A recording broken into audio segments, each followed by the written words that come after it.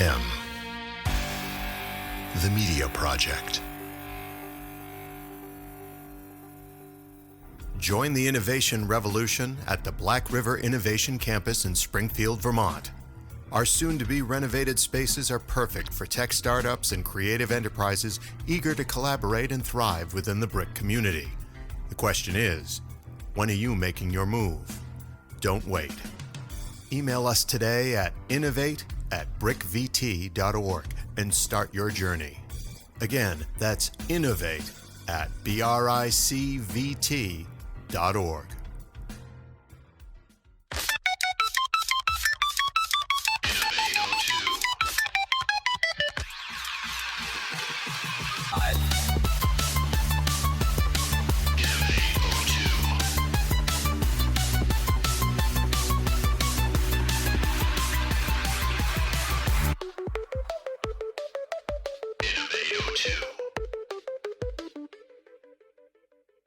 This is Ryan Munn and Scott Graves. We are live on Satoshi Ratio Part 2, part of the Innovate02 podcast, and M the Media Project and Interchain Live collaboration.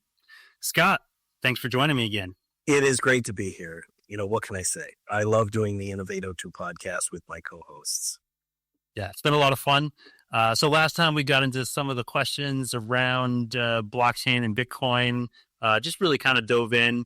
But to the point of the name here, Satoshi Ratio, one of the topics that we got talking about a little while back was really about finance in general, right? We talk about trade and traders in the markets, or talking about equity in companies or buildings. It's all tokenization, really. Even long before crypto came out, when you break down a company into a bunch of shares of stock, those are tokens that equal some percentage of value in that company. And so when we start talking about Bitcoin in particular, it's a token that's on this network, but Bitcoin is actually divisible 100 million times, right? One single Bitcoin has 8 decimal places after it. So a 0.00000001 Bitcoin is one Satoshi. So let me ask you something before you go any further. Yes. When I'm hearing investors in Bitcoin speaking of quote, end quote, mining Bitcoin, is it that sort of derivative nature of Bitcoin that they're referring to, or are they referring to something different? I sense they're referring to that. Yeah. How is that any different than a derivative of any other type of financial investment? Where you can take a stock and you can divide it, and each individual share becomes less valuable then. But overall, there are strategic reasons why a company would do that to their advantage. Yeah. So for one thing, a Bitcoin is already predefined to be divisible this 100 million times. I mean, really, the decimal is an illusion. You could just get rid of it, right? Yeah. But the fact is that divisibility is baked into the day one programming, unlike a company where they could sell stock and then make a decision to split that stock, which is different than, say, Robinhood and the like, that allow you to buy fractional shares, right?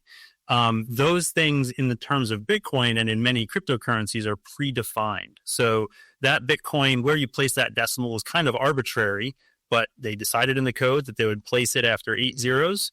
And so that's how divisible a single Bitcoin is. And so from day one, if somebody was quote unquote mining, securing the network and getting those token rewards for that security, they were getting a certain amount of Bitcoin, at the time 50. Is that perceived by Bitcoin investors as being more fair or more transparent, or how would you characterize that? Yeah, I think that is the attraction right from day one. There's 2 pieces of this. One is that sort of rule set is set in stone, right? Yeah. In theory, it could be changed, but it'd be really difficult because everybody involved in the network would need to decide to agree to change it. And why would they if it devalues what they have, right? So for that reason, that's really set in stone, and that's part of the value or attraction, that intrinsic value of Bitcoin. The other piece is the monetary policy or the distribution policy of how those go out. So they go out over time, and over time, that reward reduces. In theory, making sense, the value goes up. Therefore, the actual monetary value of the reward is going up, but the actual number of tokens needed to hit that reward go down. So day one, when Bitcoin was launched, we knew roughly that you could earn 50 Bitcoin every 10 minutes back when they were worth 0. And after about 4 years, that dropped in half and went to 25. 4 years and it went to 12 and a half. 4 more years and it went to 6 and a quarter. And 4 more years and you're at 3 and whatever that works out to, 3 and 1/8. Right? Okay. So that's where we're at now, is that we've got these much smaller rewards. But again, back in the day, it was worth nothing. Now it's worth 100,000 each. So that really starts to balance out. And you have a larger and larger network that requires more value to be worth running. So these things are all sort of naturally playing out. And so that distribution policy has a limit, right? Because it's going down. In theory, it'll always keep, you can always keep having a smaller and smaller fraction, but really somewhere out in, year 2100 something, it'll hit a maximum of, 21 million units in circulation. But right now there's somewhere around 18 or 19 million units in circulation. So we've reached pretty much that point where we're pretty close to that supply. And so that is a deflationary currency, right? Whereas the money supply that we have in fiat, in government controlled currencies, we're always making more. We put it out there so that banks can lend it, because really there is a value to that, right? Because it'd be great if you could hold your dollar and it was worth more the next day, right? But that would also make it really hard for economics, for value creation to get distributed to more people and for the transaction of value, right? For value to pass from one person to the next. Yeah, if you suddenly was hard to get a hold of dollars in order to do business with them, well, that would make them artificially too valuable, but also just drive business to some other currency, right? Yes, yeah. Well, and we've the specific to our country, the United States has experienced that in years past, namely, and for its first time, post-American Revolution and before the Constitution, right? There's not a lot of currency rotating around the United States. There's a lot of different currencies rotating around the United States. Almost none of them are very valuable at all because of inflation during the Revolution. And so people are desperate for hard currency, and it had all kinds of social consequences. Absolutely. And there was a point in time when our currency was actually tied to gold and tied to silver, and there was a valuation correlated to hard assets.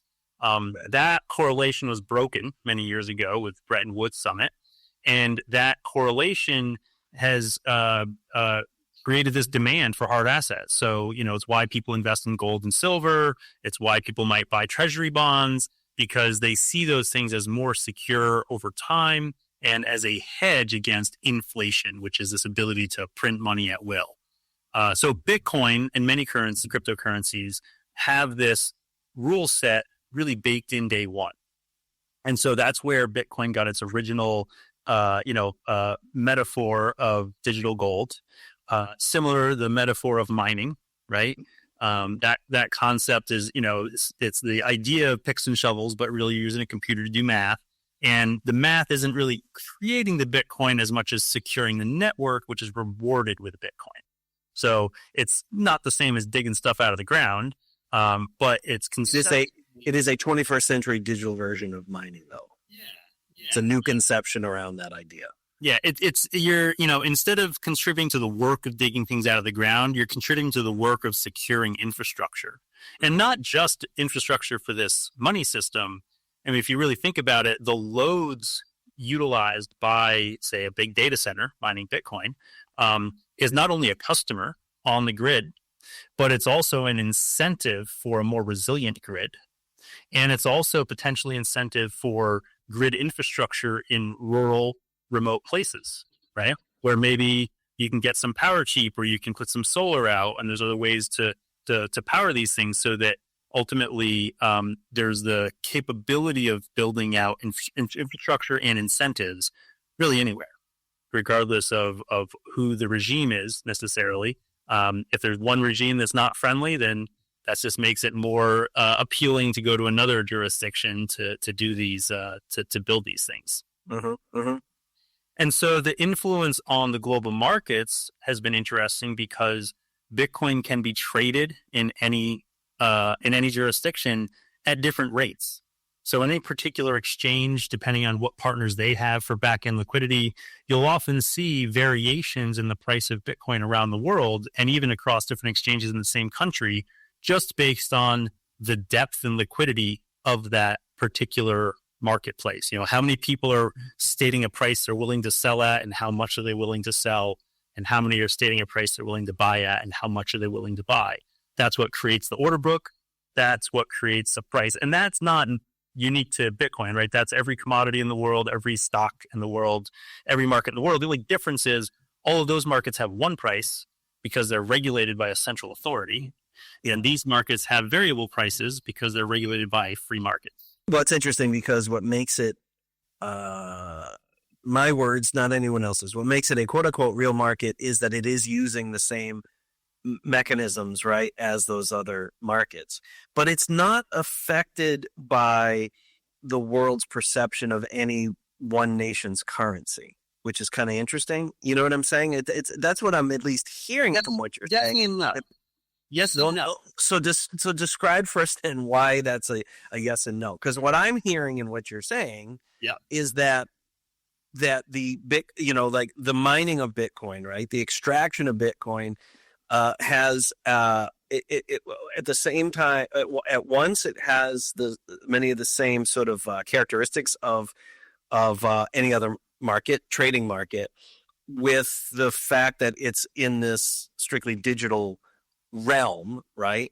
So why would it really ultimately matter if I'm in Pakistan or the United States or Canada or wherever I am? Why would that really ultimately matter that I might be starting off with value to buy into the system with $1 versus a dinar or a Canadian loon, or why would that matter? Yeah, so if you're in a small country that has whatever whatever currency they have, and so you don't have access to this, then the only way to get dollars is either through the banks or on the street. And I actually experienced this living in Chile for half a year, and I traveled to Argentina. And that's where I learned that there were two kinds of US dollars in Argentina. There's the US dollars that you could go to the bank and exchange your pesos for, or exchange your dollars and get pesos. And that was one exchange rate. But there was a different exchange rate for what people called blue dollars, which are basically like black market dollars. There was a different rate on the street if you knew where to go to get. So was there a premium? Was there a premium for blue dollars because it was a little riskier, or what? There'd be a discount for blue dollars. So in other words, going to the bank, you'd pay one rate for US dollars. Right. If you had connections to get access to hard cash US dollars on the street somewhere, you could pay a little bit less to get them that way. Right? There might be risk there. You're getting a discount because of the risk of dealing with whoever you're dealing with to get those dollars, because where did they come from? Okay. Right? That's the nature of this, is this being on a ledger.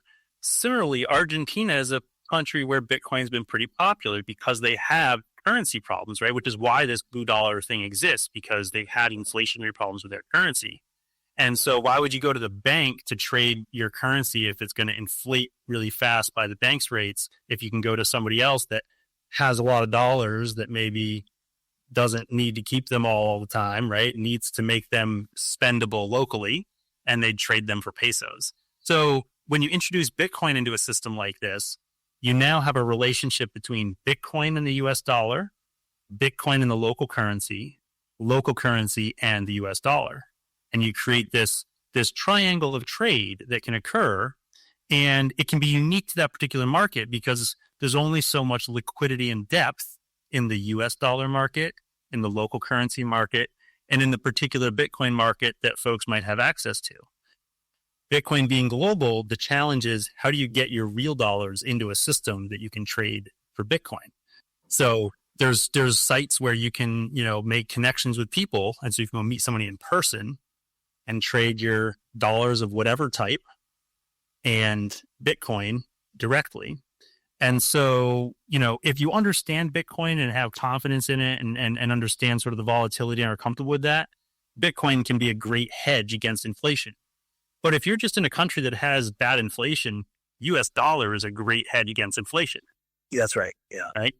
And so depending on what inflation is doing at any given time in that country's currency or the US dollar currency, that can affect the supply and demand in both the traditional bank market and the street market of those currencies.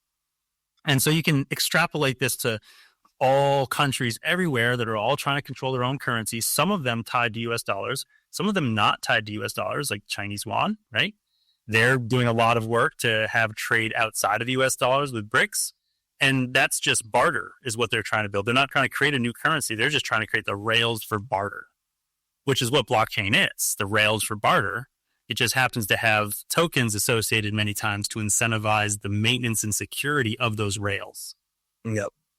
And so when I start talking about Satoshi ratio, it's this concept that as a trader in the crypto space, you're acutely aware of the variable price.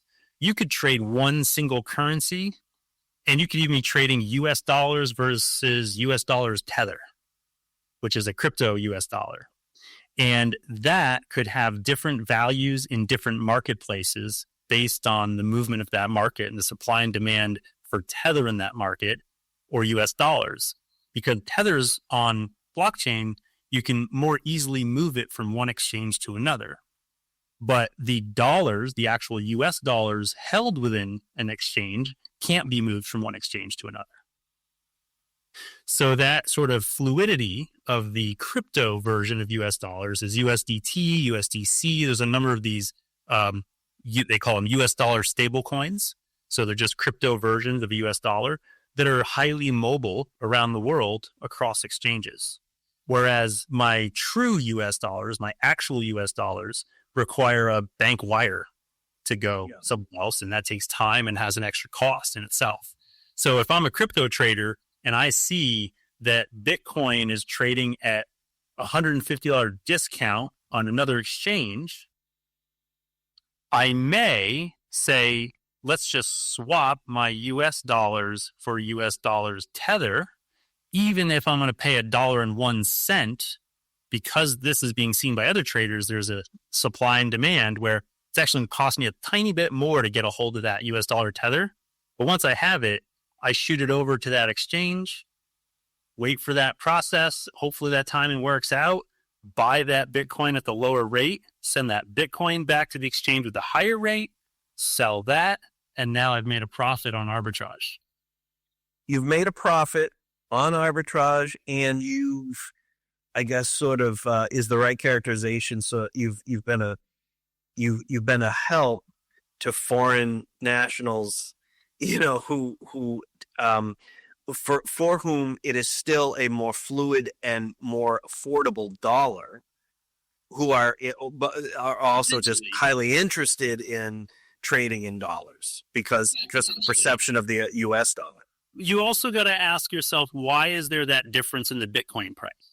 Is it somebody in one market is flush and selling, or I don't know, they're in the middle of a divorce and they've got to liquidate, right? And driving the market price down in that market? Or is there a new news piece that came from BlackRock, and even though they're selling their ETF, you've got people on the trading markets going, oh, that's increasing demand, and they're buying up the Bitcoin, driving the price up. Well, and now we're getting into real trading strategy. But before we do, I just want to close the loop on the Satoshi ratio as a phenomenon being defined by you. So the ratio is what? The differential between... So the ratio, so we're one step away from that still, right? So all of this variability is the nature of that market, right? It's what real markets would do if we didn't have centralized control over NASDAQ, and whichever market a stock is on, that's the market that sets the price. Yep. In this world, that's not true. And so these prices vary all over the place. And so if you're in a traditional market and you're trading, cash is king. You're always thinking of value relative to cash. And that should still be true if you're crypto trading. But the key difference, and this is where the Satoshi ratio comes in, is understanding that triangle, that trifecta. right? Because you can go out and trade Bitcoin and you can go out and trade any other currency for US dollars. US dollar is the most available currency. That's where you'll find the most liquidity. And you could play with arbitrage between other currency markets if you wanted to. But what you can also find is that almost every crypto out there is traded against Bitcoin also. So in other words, you can look at two prices side by side for anything besides Bitcoin. And you could say, okay, here's the price of Bitcoin. Here's the price of dollars. Now, here's the price of Ether in dollars. And here's the price of Ether in Bitcoin. And you could be calculating arbitrage between those two markets, between a dollar-denominated currency and a Bitcoin-denominated currency. And since we're talking about the crypto market and Bitcoin is sort of the derivative that the entire market comes from, that is a very key factor in how to think about the valuation of a cryptocurrency, or frankly, I would argue any asset in the world could be valued against Bitcoin and valued against US dollars to get a better understanding of what it's really worth. Right. And instead of having one price that you have to absorb as a population, which really leaves out a lot of really important information, you actually have two prices. And this is where I would say, here's your US dollar price and here's your Satoshi ratio, right? It's what's that ratio between dollars in Bitcoin and say Tesla stock in Bitcoin? Yeah. Right. And that informs you on the direction the market is going based on which direction that arbitrage appears to be available. Take those two, you take those two numbers and their relationship is going to go either from left to right up, or it's going to go left to right down. That's the ratio. That's the ratio. And that then is a measure to determine for you, that's giving you some sort of differential and a direction. It's giving you a sense of direction in which you're either going to sense a loss or you're going to sense some sort of potential profit. That's right. That's right. Now, you may not actually be ready to take that trade. And frankly, trying to make trades on arbitrage as a person, it's almost not doable anymore. Like 10 years ago, you could play that game in crypto. Nowadays, it's more about big swings or it's auto trading, right? Like you have. Well, I was going to say this is because we live in the age of computers, and fast trading, where like you can't possibly. And because the margins are getting smaller, right? 10 years ago, the margin in these arbitrage trades, like you could look at one and go, oh, I'm going to make a 20% return, and the market's just a little bit as you're going, you only get 15% return. Well, that's okay. Right. So the relationship 3.5% return and it goes the other direction. By the time you get your money moved from one place to another, that's a loss. And so trying to play arbitrage at the speed of humans now just doesn't make sense because the margins are getting smaller because there's lots of professionals in the game. Okay. And in other words, the ratios themselves are in small fractions. They're getting smaller. Yeah, absolutely. And so to sort of illustrate this too, I'm going to pull up the chart that I use. Cool. And what I do is I sort of, let me see if we've got it set right. Yeah. So I don't know if that'll show up. Yeah. So this is a little app called Tab Trader, and it's a little hard to see there, but basically I'm looking at the price of some of the top cryptos side by side in a Bitcoin price and in a US dollar price, sometimes mostly US dollar stablecoin prices. And so looking at that, I can see basically maybe the price looks like it's going up in US dollars, and that might look like a good trend and people would look to buy in. But it's not that, it's the relationship between that up against whatever cryptocurrency you're using on the other side of the ratio. Yeah, there are some people out there that are real like Ether maxis that try to do this with Ether, and there's an argument to be made for that because a lot of the tokens out there are on the Ethereum blockchain, and so there's a validity to their relationship to the value of Ethereum. But when you look at the overall market, you look at the actual capital trade going on day to day in a 24-hour period, the depth and liquidity of the markets, they're all still very heavily tied to US dollar and Bitcoin. And those ratios continuously influence the actual value of all these tokens on a day-to-day basis.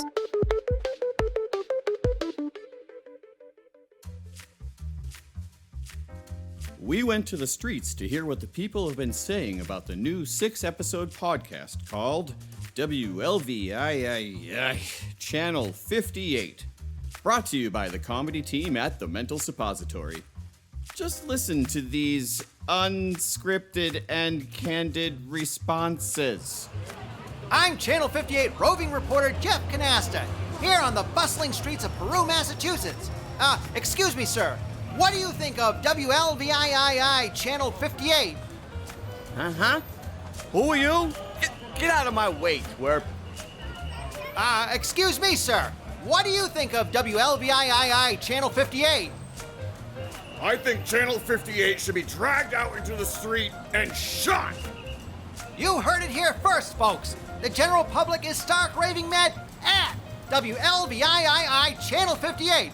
Sir, can I get your opinion on Channel 58?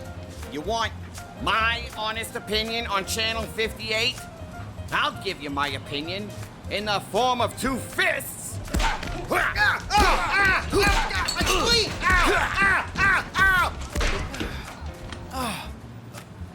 Excuse me, ma'am. What's your honest opinion of WLVII Channel 58? Ah! Get away from me! Get away from me! Ah! Pepper spray? Really? Ah! Ah! Fine.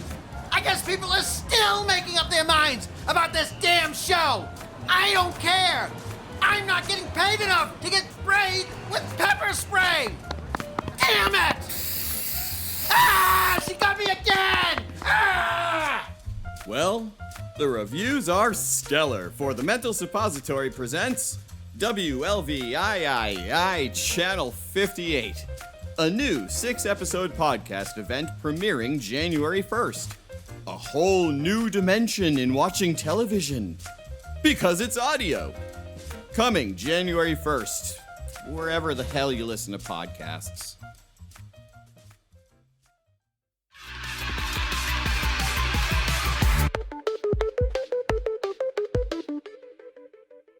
And so it also makes it really obvious when something is bucking the trend. You know, when something, it's going up, but also you can see it's going up when Bitcoin's going down or vice versa. Those are the things that can really indicate where there's value or where it's just hype, where something's getting pumped because of hype. So you can see that, Bitcoin's going up and then something else is going up more.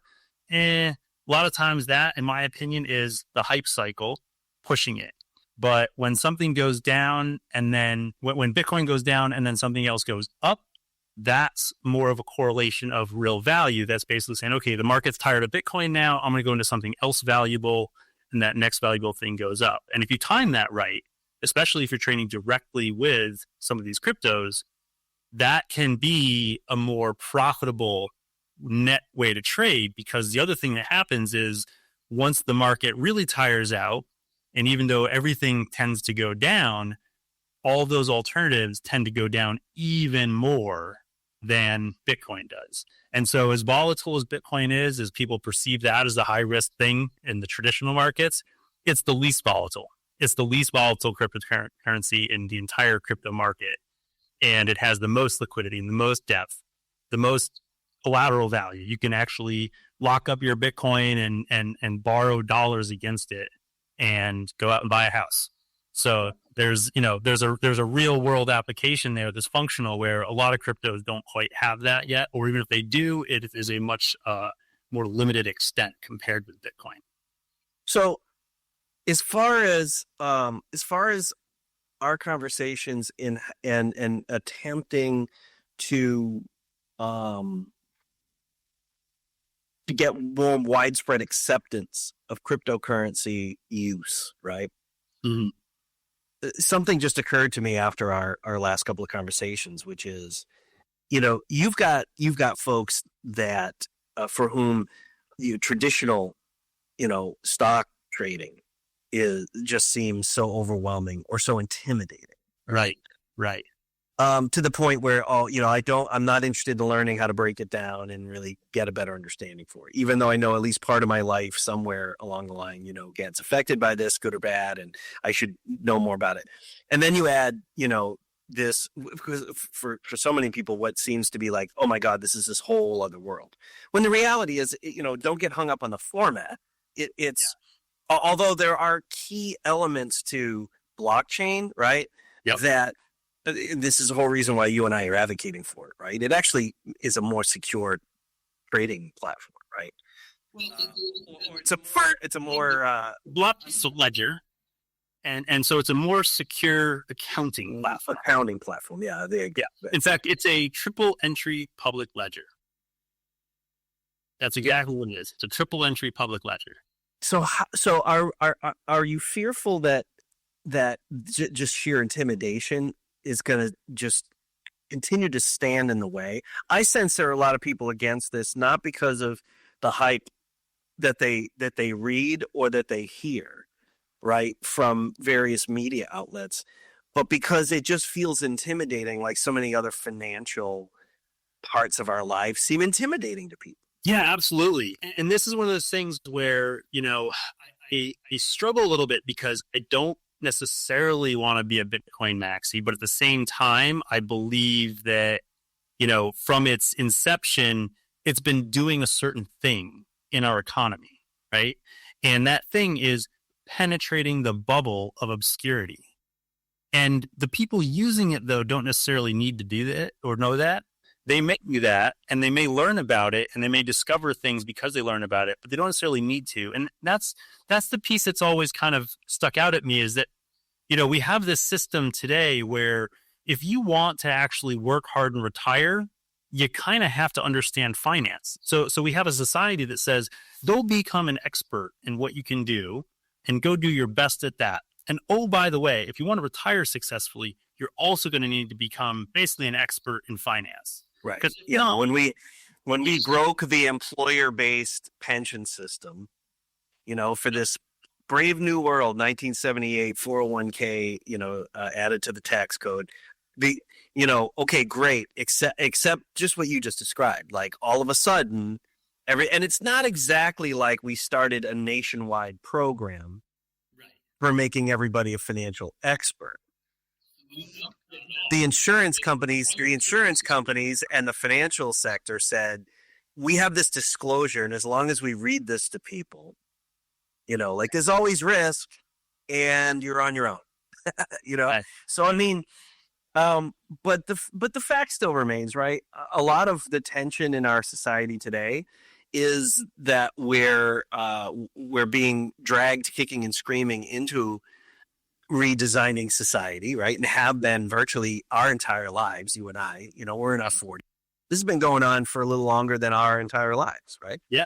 Oh, and so, but tonight, we're focused on that financial portion of our lives that I sense like, so maybe then one of the solutions to making this a more accepted practice in getting ours and many other governments to make this a better place for everybody to live and work, so to speak, in this realm by accepting, right, the currency as exactly that, as a form of currency that is accepted, that is widespread, and that therefore is and this gets us the closest we've ever been, by the way, in the history of whatever, at least the modern finance, to a self-regulated market that's actually incentivizing people to do the right thing, right? Yeah, well, to your point, a self-regulated market, I mean, all these folks that are in 401ks, if they just had the wherewithal to go in and find the option that was directly tied to the S&P 500,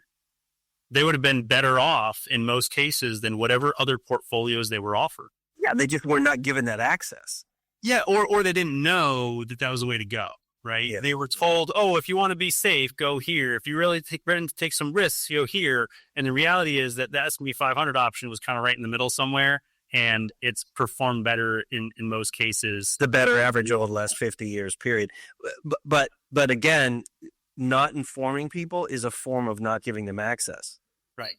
Because it's the information that predicts success or failure, right? So if we all agree this is the information, this gets back to where we've been so many times on so many other disciplines that we've described on the podcast is, if we're in the information age, then the information is the currency, the information is the value, right?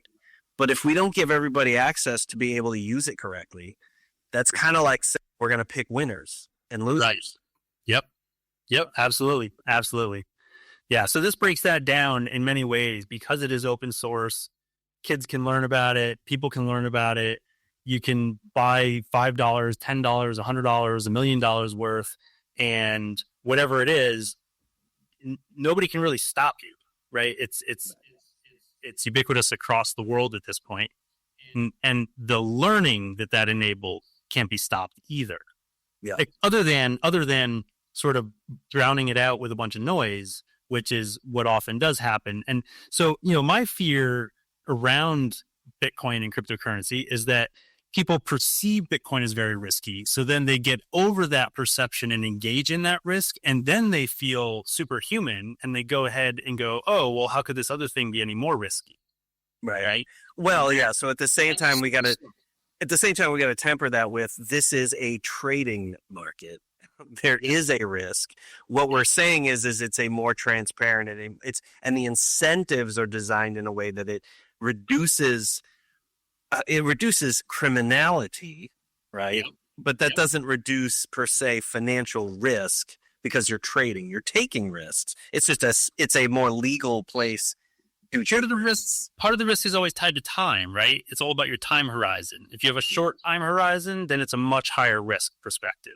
If you have a longer time horizon, then again, in my opinion, and this is not financial advice, I probably should have said that at the beginning of this, but we'll say it. Yeah, it's not as risky, substantially less risky than a lot of the other things out there, for the simple fact that there is that liquidity in that market. There's a sheer volume of people engaged in that value creation, whereas other things that are like, oh, we're doing this better and this better and this better than Bitcoin, what they haven't done better is actually get the network adoption, actually get the decentralization, actually get the security that makes it live and survive and be censorship resistant and able to, survive all the challenges that this hardened system has survived.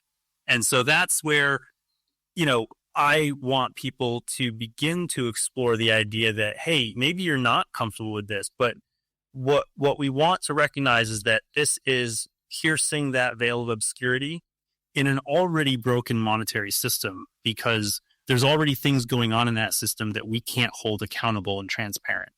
And so if we can ask governments, if we can ask banks to take this on for us, ideally that can make them more secure, more reliable, more transparent institutions to be serving us. And you can see it in El Salvador. You can see it in other countries. It incentivizes clean energy. It incentivizes responsible fiscal policy, right? That Bitcoin in that wallet, it's in that wallet. If the president of El Salvador decides to move it to a different wallet, everybody can see that happen on chain, and they can think about what they're going to do with it. Everybody's watching the Bitcoin held by the U.S. government right now, right? There's like $6.5 billion of Bitcoin held by the U.S. government that we don't know. Are they going to sell it? Are they going to sell it at once? Are they going to sell it in tranches? Are they going to decide to keep it? Are they going to put it in reserve? How are they going to handle that? And based on how they decide to handle that, it's going to move around on chain. And so even if they don't tell us how they're going to handle it, but they move it into some place where we know it is more liquid, right? That's going to be potential risk that it's going to get sold and depress the market. If we know it gets moved into some wallet that's held by a vault operator in Switzerland, well, then it's probably not going to get liquidated anytime soon, and it's being secured in some way that. What's interesting about that is that this gets back to this is a more transparent, there's more freedom of transparency in this market, because like you say 6 billion shares, and I think to myself, $6 billion. The government, $6 billion rather. And you go, oh, the government wants to manipulate this market at some point in time. But this just makes it virtually impossible to do that. I mean, they can still take the move, but we're going to see it. Yeah. Or be able to somewhat anticipate it if you're hitting, if you're watching at the right time, which you don't necessarily get to do in the traditional publicly traded markets. And governments do this all the time to each other. Right, like oil. Look at actually Biden made some pretty good trades with oil during his presidency, and we know about that because it's required that those things get disclosed, and there's rules and policies around it, how it gets disclosed. But if those were all on blockchain, there wouldn't be any necessary disclosure if the program and the blockchain and the parameters were all defined to say, hey, when this thing happens, these notifications occur. Yeah, and right, that way it's a real sign. Yeah, exactly. We can set those rules, and so that's the slate that we have to draw on, is all this ability to define the way ledgers work, the way the accounting works, set the rules on the transparency and the privacy and the accountability on it. And Bitcoin's just the tip of that needle to help people learn about it, but it's also the piece that penetrates that veil around the world. So it's potentially valuable for any currency or for any government to use that. And there is a definite strategic question to say, hey, if the U.S. government is potentially in control of $6.5 billion of Bitcoin, what is a responsible way to handle that? Right? Is it responsible if they sell it? Is that actually considered responsible? Or is it responsible if they hold it? Funny enough, actually, too, a good portion of that Bitcoin, I believe, is derived from the Bitcoin that was stolen from Silk Road by a couple of feds that thought they would get away with it. Oh God! Whole other podcast for a whole other time. That's exactly. So there's a lot of story that keeps coming out of this, and there's a lot of history that people can learn from, and it's really enlightening for those that want to. But the other thing about this is that not everybody has to, right? If we have systems like this in our society, not everybody has to figure it out. That's the whole point of society, is we have systems and social contracts that help take care of people and meet people where they are. Not everybody needs to have a crypto wallet. Sure, we could say you might be better off in society. You might have a better chance to pull yourself up in society if you engage with this. Yep. But that's not to say that people aren't still going to support their families and their spouses and their kids, and they're going to go off and do other things, right? It's, some people are going to go be an artist, and that's what they're going to do. And maybe they learn how to make NFTs with their art, or maybe they just have a buddy that helps them do the business side of what they do, right? Yeah, it's different for everybody, but to give people that option, Absolutely. The one last question, which is sort of like a precedent to a future episode. And then we just want to mention a few places to subscribe and so forth. And that question is, it seems to me, after everything we talked about in these last two episodes about how this marketplace works, where does this, or does it, intersect in a conversation about changing the whole central value that we place on everything else around us? In other words, I've over the years have had some pretty wild conversations with just interesting people I've met over the decades from different parts of the world, with the notion that, like, hey, if we rather than having a world value proposition set on petroleum, as an example, what if we did it based on on kilowatt hours, or on the kilowatt, or on it seems to me we could actually do that in this blockchain world. Yeah, this essentially starts doing that, right? There have even been some experiments where, you can get sort of a specific signature off of a solar panel and batteries. So there's ways to sort of cryptographically track energy in and out of batteries or coming off of specific sources of energy production. And so that's where it gets really interesting, is this idea of a tokenized world, right? We already have it. In reality, we already have kilowatt hours, right? That's how we tokenize electricity. We've been getting bills billed in tokens. They're just kilowatt hours that we pay X number of cents for. And so everything in our world is already tokenized. It's just not tokenized in a cryptographic public ledger. And so this idea of turning tokens into something digital as an actual digital cryptographic pair and onto these ledgers opens up this idea where, again, if you go back to where Bitcoin started, it was during the financial crisis. It was during Occupy Wall Street. Yeah. And so what we're really talking about is creating systems of institutions and tokenized commodities, assets, equities, everything in a way that nothing is too big to fail, right? We experienced too big to fail. We watched banks get bailed out. We've watched the auto industry get bailed out. But the reality is that the reason why that happens is because there isn't enough flexibility and true market dynamic in those systems, and they're propping up extremely powerful centralized institutions. It's one of the most concrete facets of proof that we get that our quote unquote free market is anything but a free market. Markets are made by man, and man has manipulated markets from the beginning because there's only one way to have markets, and that is to manipulate them. In a sense, not that manipulation is always a good thing. Sometimes it is a good thing, but sometimes it's not a good thing. Yes, markets have a tendency to create a winner-take-all scenario, and especially when everything gets denominated in one thing. And so this is where I go against the Bitcoin maxis, where they believe the Satoshi ratio is kind of the be-all, end-all, and they look at the Bitcoin and dollar and everything else. Well, the reality is that we're all producing data every day that's getting transacted, and there's a lot of exchanges of value that can and should occur without any dollar valuation between them.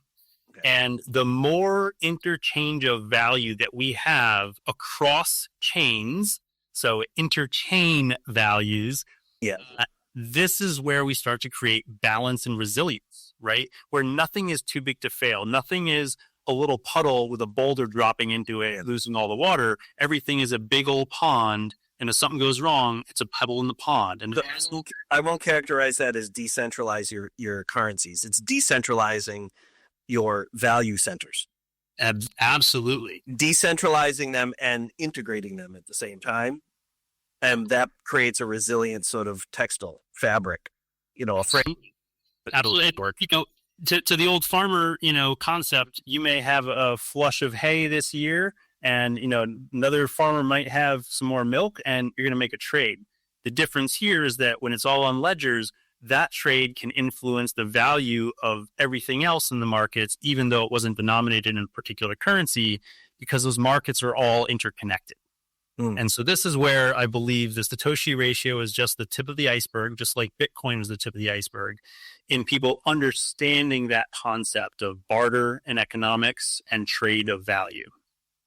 And that's where I think we can leave the Satoshi ratio and let everybody know that if they want to learn more and keep learning, join, like, and subscribe the Interchain Live channel. Look for our Innovato2 podcasts on the SM Graves and the Media Project, and just keep watching. Take a look at Boston Blockchain Association, the work they're doing, the Government Blockchain Association, the work they're doing, and demand that your public leaders, your public servants, go get the free access and education to this information, because if they're not doing that, they're not doing their job, no matter what party they're in. Right on. Help us spread the word, folks. Help us change the world. That's basically our message, right? Absolutely. And you can find the Innovato2 podcast both on Apple Podcasts and on Spotify and many other platforms that whatever happens to be your favorite podcast dissemination platform. I don't even know if that's a thing, but it sounds cool. Just look up Innovato2. And also, hey, for that matter, subscribe to us on Instagram at Innovato2 the pod. Awesome. Yeah. All right, guys. Take care. Find Innovato2 on Apple Podcasts and Spotify, and subscribe to Interchain Live on YouTube for video podcasts. Innovato2 is a collaboration of Interchain Live and M the Media Project.